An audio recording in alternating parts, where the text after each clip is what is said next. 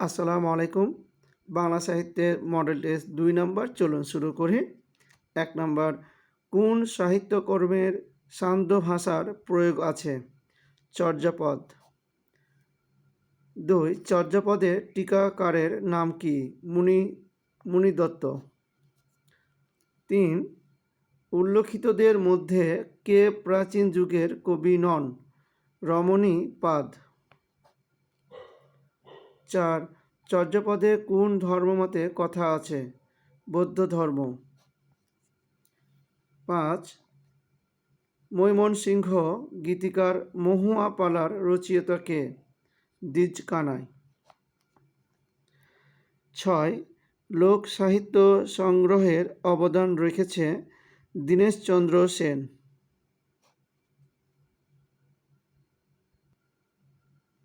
৭, ইউসুফ জুলেখা প্রণয়ন কাব্য অনুবাদ করেছে শাহ মোহাম্মদ শগীর। ৮, আরাকানে কখন সমৃদ্ধ সাহিত্য সৃষ্টি হয়েছিল? সপ্তদশ শতকে। ৯, চন্দ্রাবতী কি? কাব্য। ১০, দৌলত উজির বাহারাম খান সাহিত্য সৃষ্টিতে কার পৃষ্ঠপোষকতা লাভ করেন? জমিদার নিজাম শাহ।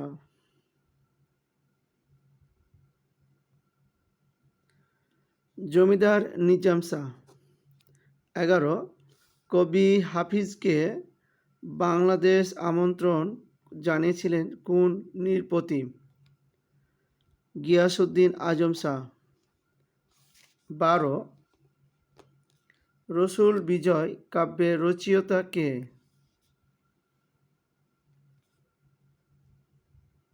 শেখ চাঁদ। ১৩, কবি গানের প্রথম কবি কে? গজলা পুট বা গুই। ১৪, আমির হামজা কাব্য রচনা করেন কে? ফকির গরিবুল্লাহ। ১৫, অবক্ষয় যুগের কবি কে? ঈশ্বরচন্দ্র গুপ্ত। ১৬, টপা কি? এক ধরনের গান। ১৭, মধ্যযুগের শেষ কবি ভারতচন্দ্র রায় গুণকর কত সালে মৃত্যুবরণ করেন? ১৭৬০ সালে। ১৭৬০ সালে। ১৮, লও তুমি যত পারো শাস্ত্রের সন্ধান কার লেখা? ঈশ্বরচন্দ্র গুপ্ত। ১৯, মসিয়া শব্দটি উৎপত্তি কোন ভাষা থেকে? আরবি। ২০, শেষ প্রশ্ন, ঢাকা বিশ্ববিদ্যালয় থেকে হরপ্রসাদ শাস্ত্রী কত সালে ডিলিট ডিগ্রি লাভ করেন? ১৯২৭ সালে। এই ছিল ২০টি প্রশ্ন। ধন্যবাদ।